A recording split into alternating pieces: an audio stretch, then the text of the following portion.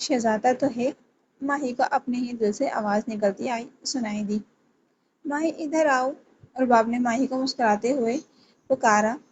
دور سے ہی ماہی نے آواز لگائی تو ماہی بھی ابھی اٹھ کر اس کے پاس چل دی۔ سیال نے رباب کو ماہی کو آواز دیتے ہوئے سنا تو پیچھے پلٹ کر دیکھا تو ماہی کو دیکھ کر دل کی دھڑکن رکتی محسوس ہوئی۔ ڈارک بلو کلر کے لہنگے میں جس پر گولڈن کورے کا کام کیا ہوا تھا، ساتھ میں ماتھا پٹی ماتھے پر سجائی ہوئی تھی، اوپر سے میک اپ کی مہارت کے ساتھ سیال کو وہ شہزادی لگ رہی تھی۔ ماہی کب رباب سے بات کر کے آلیان اور سحر کے پاس گئی، سیال کو کچھ بھی یاد نہ تھا۔ یاد تھا تو صرف ماہی کا چہرہ۔ ماہی، بھائی چلے، ماما بلا رہی ہیں آپ کو۔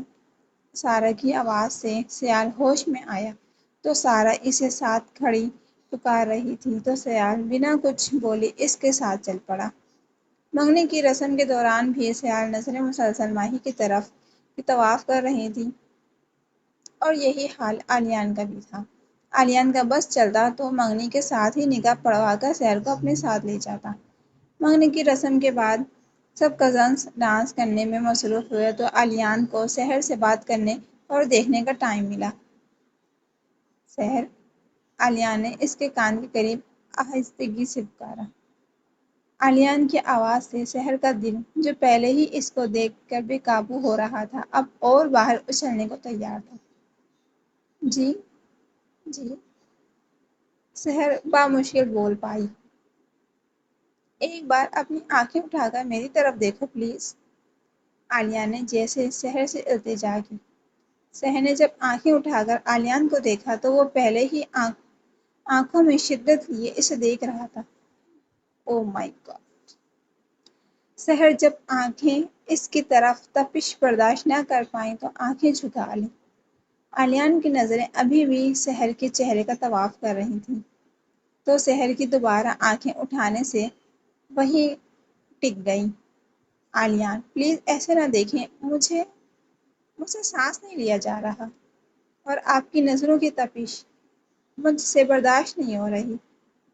سحر سیریس ہو کر بولی تو آلیان کو بھی اس معصوم چہرے پر ترس آ گیا۔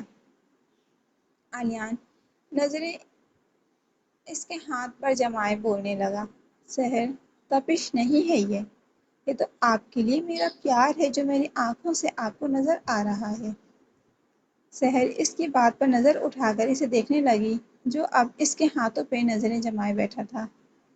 سحر کچھ بول نہ پائے تو آنکھیں جھکا لی۔ سیال کو کال آئی تو وہ وہاں سے باہر چلا گیا۔ ماہی کو جب سیال کہیں نظر نہ آیا تو وہ بے چینی میں ادھر ادھر دیکھنے لگی۔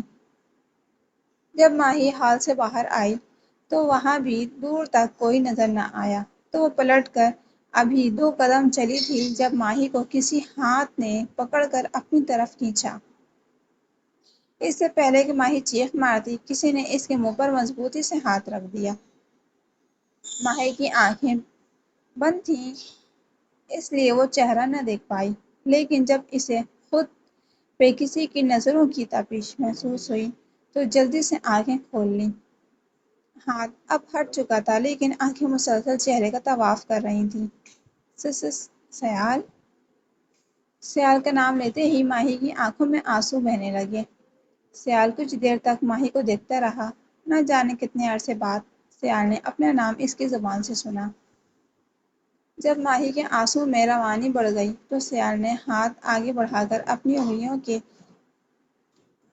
انگلیوں سے اس کے ماہی کے آنسو صاف کر کیے۔ ماہی کچھ بول نہ پائی تو آنکھیں پھیلائے اسے دیکھنے لگی۔ سیال نے کچھ کہے بنا اس کے قریب ہو کر اس کے گال کے ساتھ سر ٹکا لیا۔ اس سے پہلے ماہی کچھ بولتی، سیال اس کے ہونٹوں پر اپنی شہادت کی انگلی رکھ دی۔ ماہی جو آنکھیں بند کیے اس کو محسوس کر رہی تھی، اس کے اچانک الگ ہونے سے آنکھیں کھولنے لگی تھی جب سیال نے پلک جھپکائے وہاں سے غائب ہو گیا۔ سیال کے اتنا قریب آنے سے ماہی نے جب تک اپنی آنکھیں کو کھولا تب تک سیال اس کے سر پر بوسہ دے کر کہیں دور جا چکا تھا اور ایسے ہی اس کی آنکھوں سے اجھل ہو گیا۔ ماہی وہیں سکت کھڑی اس کی لمس کو محسوس کرتی رہی، لیکن اس مغرور انسان نے بھی ایک بار پلٹ کر نہیں دیکھا۔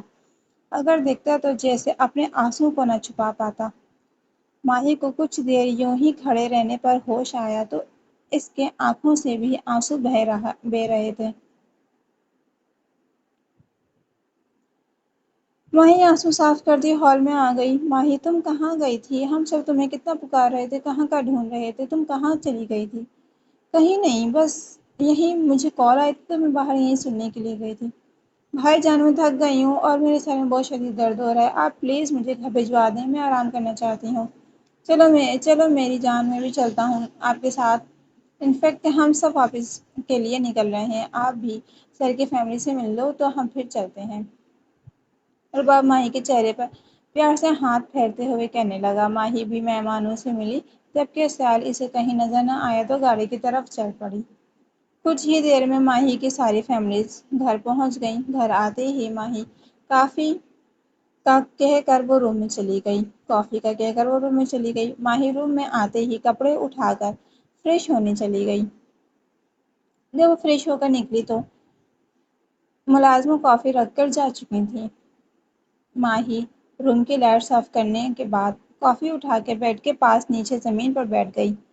روم میں لیمپ کی دھیمی سی روشنی پھیلی ہوئی تھی۔ ماہی آنکھیں بند کیے سال کے ساتھ گزرے ان لمحات کو سوچنے لگی جو کچھ پل ان لوگوں نے ساتھ بتائے تھے۔ فون کے بل پہ وہ نیاز کے رنگوں میں واپس لوٹا۔ ہاں یار، کام ہو گیا کہ نہیں؟ احمد کی طرف سے سوال کیا گیا۔ ہاں ہو گیا، تو نے اپنا کام کیا؟ سیال نے جواب دینے کے ساتھ احمد سے بھی سوال کیا۔ ہاں یار میرا بھی کام ہو گیا۔ اچھا چل تو آرام کر لے، کل کی بات ہم کل کریں گے۔ احمد نے اپنی بات کہتے ہوئے فون بند کر دیا۔ فون بند کرنے کے بعد سیال نے اپنی آنکھیں موند لیں اور واپس اپنے خیال میں کھو گیا۔ رافع اور رباب کی شادی کے ساتھ ہی علیان کی شادی رکھ دی گئی تھی۔ مرزا ہاؤس کے ساتھ ساتھ تبریز ہاؤس میں بھی شادی کی تیاریاں پورے جوش و خروش سے ہو رہی تھیں۔ دونوں فیملیز کا سارا دن مارکیٹ میں شاپنگ کرتے ہوئے گزرتا۔ علیان کا شہر کو دیکھے بنا ہر لمحہ گزارنا مشکل ہو رہا تھا۔ سارا دن وہ شہر کی پکس کو لے کر بیٹھا رہتا، ان سے باتیں کرتا اور اپنے اندر ان لمحات کو محسوس کرتا۔ اور یہی حالت کچھ سیال کی بھی تھی، لیکن فرق صرف اتنا تھا کہ سیال راتوں کے اندھیروں میں ماہی کو یاد کرتا روتا، جبکہ علیان کو سارا دن شہر کی یاد بے قرار کرتی۔ اور جب بے قراری بڑھ جاتی تو وہ گاڑی لے کر بلا وجہ سڑکوں پہ دوڑاتا۔ جب تھک جاتا تو گھر آ کر خود کو روم میں بند کر لیتا۔ اس کی حالت سے سحر بے خبر تھی، شادی کی تیاریوں میں مصروف تھی۔ اپنی اس حالت کو چھپانے کے لیے وہ سب کے ساتھ کم گفتگو کرتا اور کم ہی سب کا سامنا کرتا۔ 2 سے 3 گھنٹے گن کر گزارتا۔ جب مہندی کو ایک دن رہ گیا تو اسے اپنی بے قراری اور بڑھتی ہوئی محسوس ہونے لگی۔ لیکن اپنے بے قرار دل کو قرار دینے کے لیے یہ سوچ کر خوش ہونے لگا کہ صرف ایک دن کی تو بات ہے، چلو کوئی بات نہیں۔ رافع اور رباب کا نکاح چند ماہ پہلے ہی ہو چکا تھا جب وہ دونوں اپنے ماموں کو ملنے کے لیے لندن گئے تھے۔ وہیں انہوں نے اپنے والدین کو اپنی پسند کا بتا کر ان سے نکاح کر کے واپس پاکستان آ گئے تھے۔ علیان کے بابا سکندر صاحب نے بھی مرزا صاحب سے نکاح مہندی سے پہلے کرنے کا کہا تھا، جس پر پہلے تو وہ راضی نہ ہوئے، لیکن ان کے زیادہ کہنے پر انہوں نے ہاں کر دی۔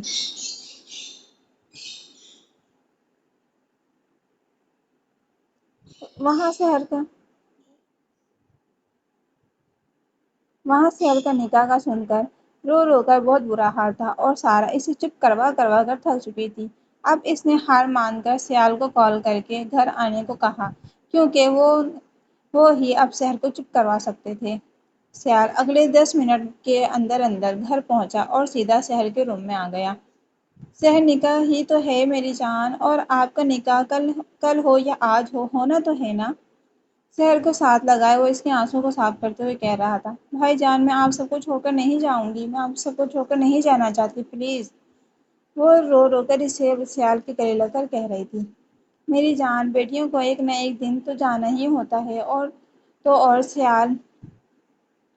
سحر علیان آپ سے بہت زیادہ پیار کرتا ہے، وہ آپ کو ہم سے بھی زیادہ خوش رکھے گا۔